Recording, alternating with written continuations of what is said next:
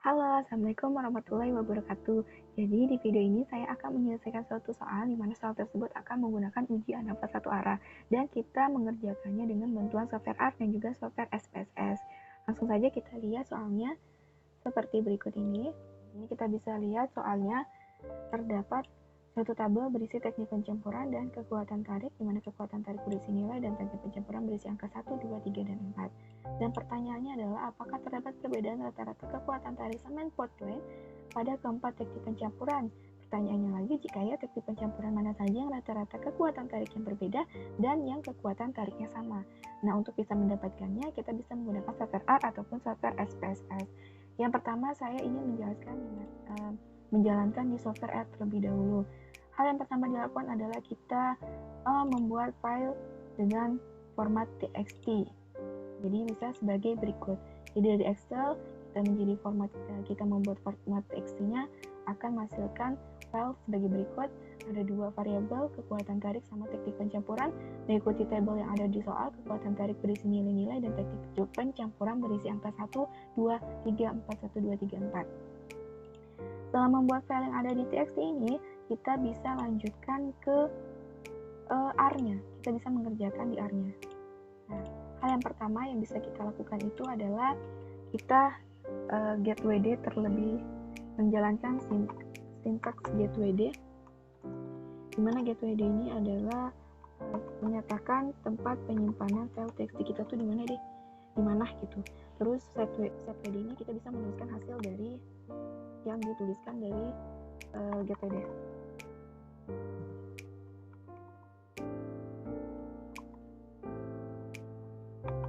Seperti ini kita bisa lihat, kita menuliskan kembali yang ada di get WD. Enter. Baru kita memanggil data file txt kita dengan kita berikan penamaan data dengan sintaks sebagai berikut. Refill table, kita menuliskan nama file kita, file txt kita. Saya memberikan namanya file semen txt karena soalnya berhubungan dengan semen. Header karena header sama dengan itu telah dijelaskan bahwa menyatakan baris pertama merupakan nama kolom. Kita panggil data enter. Nah, akan muncul file txt kita di software ARC. Nah, selanjutnya di ujian dapat satu arah ini dia menggunakan paket tambahan dalam ARC yaitu car. Jadi kita bisa memanggilnya dengan library car. Baru kita bisa lanjutkan lagi untuk melihat sintaks selanjutnya. Kita ingin mengubah teknik pencampuran ini menjadi ke dalam format faktor, di mana datanya adalah sebagai berikut. Data teknik pencampuran.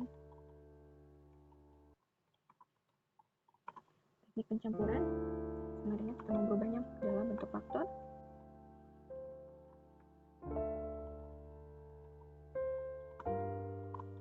Pencampuran, levelsnya ada sampai 4. Bisa dilihat itu ada 1 sampai 2, 3, 4. Baru labelsnya kita bisa di sini saya ingin memberikan labelsnya itu A, B, C. Nah, ada 4 berarti sampai D. Ini dia bakal digantikan oleh ini ya. Oke, kita panggil data. Nah, bakal berubah ya. Jadi yang awalnya 1, 2, 3, 4 akan menjadi ABCD, ABCD, ABCD. Nah, setelah itu lanjut kita ke sintaks selanjutnya. Langkah selanjutnya adalah uji asumsi. Yang pertama adalah normalitas. Dimana dalam ANOVA ini kita menggunakan sintaks by, dimana sintaks by ini adalah pengolahan data, dimana menggunakan argumen fun. Akan ada di sini nanti argumennya. Yang pertama adalah data dari kekuatan tarik ini. Kekuatan tarik, indices. Indices ini bekerja secara pisah berdasarkan formatnya. Jadi karena kita mau uji ANOVA ini dia itu masing-masing sampel harus berdistribusi normal, maka indices ini akan memisahkan berdasarkan formatnya. Seperti itu.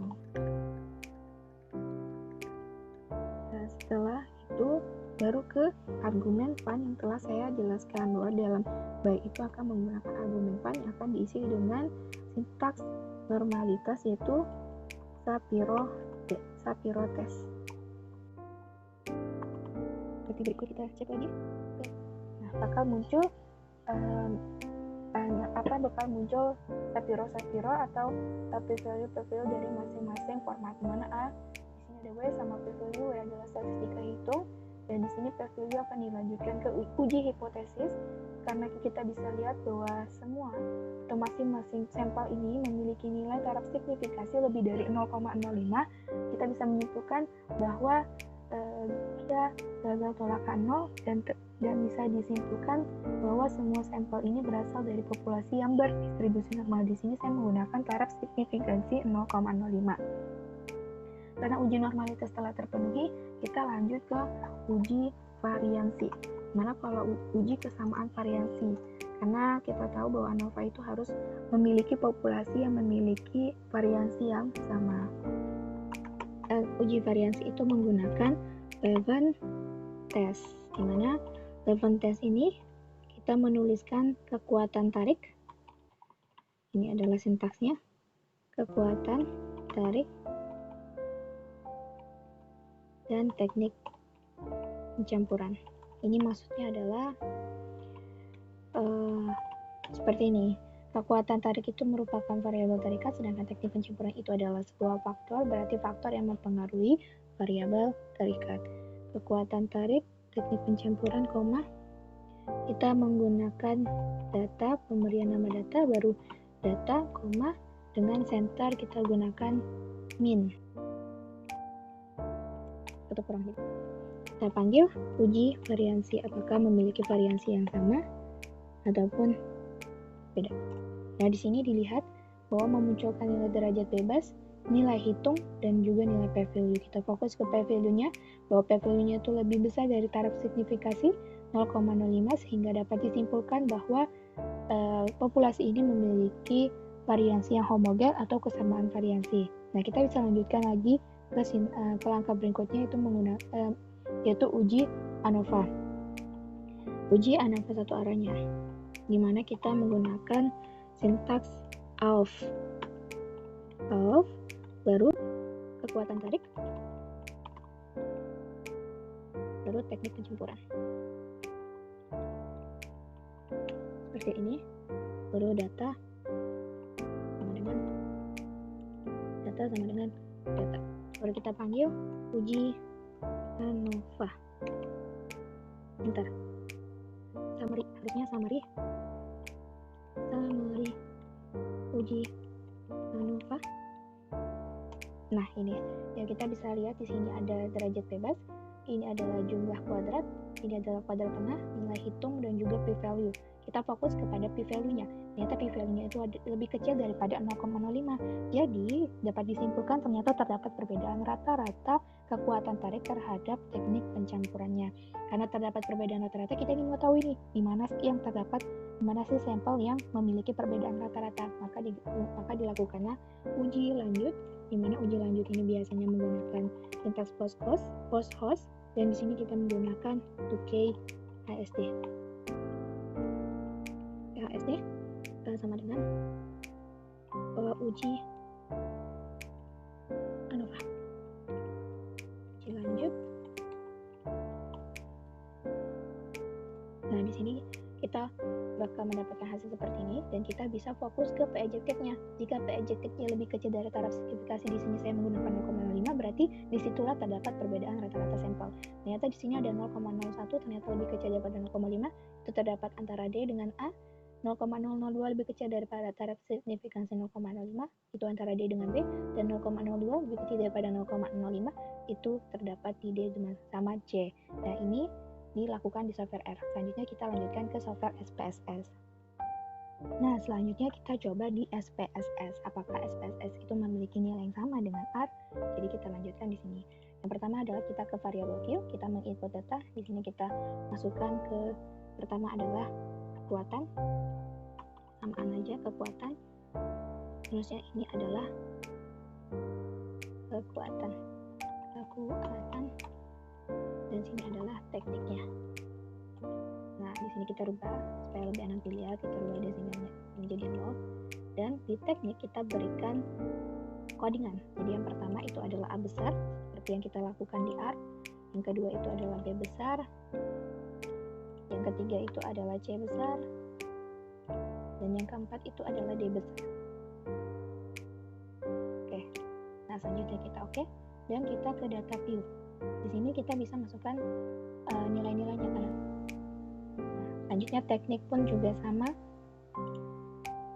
Kita bisa lihat nih, itu kan kita mengkodingnya menjadi A, B, C, D, tapi kita tetap harus memasukkan nilai itu 1, 2, 3, 4, 1, 2, 3, 4. Nah, yang pertama kali harus dilakukan adalah kita ingin menguji normalitasnya kan.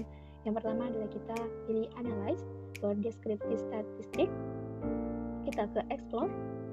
Nah, selanjutnya kita pindahkan kekuatan ke Dependent List, dan teknik itu ke Factor List. Terus kita pilih Plots, pilih Normality Plot Speed Test, baru Continue, baru oke. Nanti kita tunggu. Oke. Nah, di sini kita akan fokus ke tabel test of normality-nya.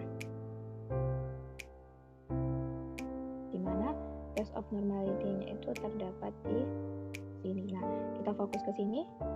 Kita bisa lihat di Shapiro Wilk-nya, ini adalah p-value-nya. Dan kita bisa lihat bahwa ternyata p-value-nya juga lebih besar dan nilainya sama dengan R yang telah kita coba. Berarti menyatakan bahwa setiap sampel atau populasi ini berasal dari populasi yang berdistribusi normal. Nah, selanjutnya kita ke uji kesamaan variansi. Dimana kalau uji kesamaan variansi ini kita bisa melakukan analyze pertama kali.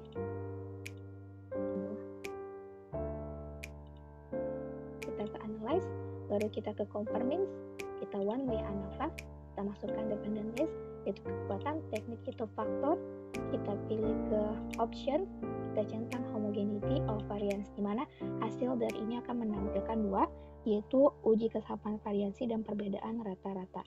Continue, baru oke. Nah, jadi bisa dilihatkan bahwa ini itu yang pertama yang saya jelaskan 8,88 ternyata itu adalah p-value yang menyatakan bahwa homogenitas itu populasi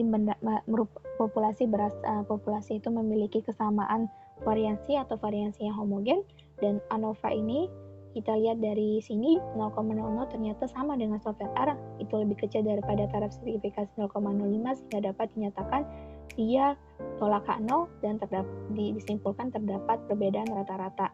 Nah, karena kita ingin mengetahui di mana sih yang sampel yang terdapat perbedaan rata-ratanya itu, maka kita lanjut ke uji lanjut dengan menggunakan 2K dan juga HSD.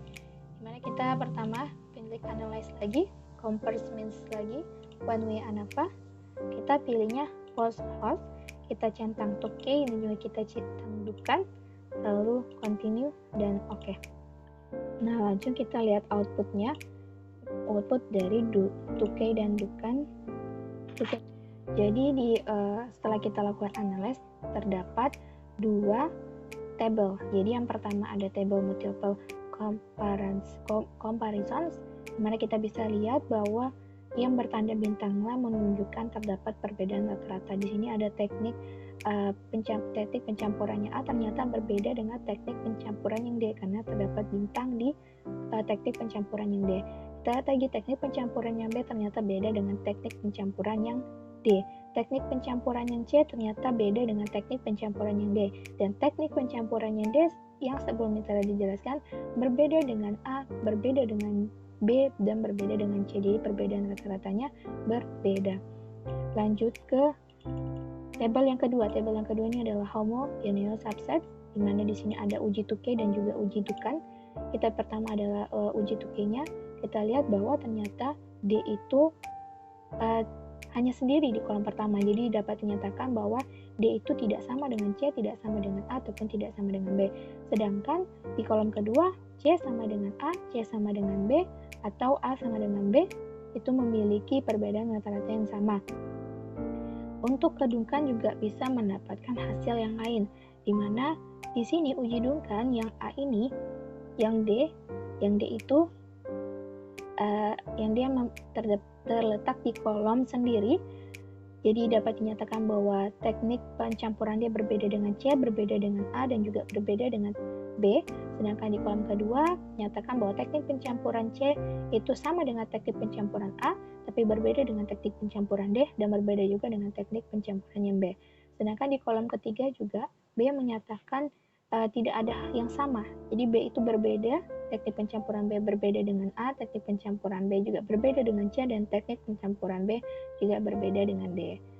Mungkin itu yang bisa disimpulkan dari software SPSS. Jadi cukup sekian dari video ini untuk menjelaskan soal yang berhubungan dengan ujian nafas satu arah dengan menggunakan R dan juga SPSS. Mohon maaf jika ada kesalahan karena saya juga masih belajar. Terima kasih. Assalamualaikum warahmatullahi wabarakatuh.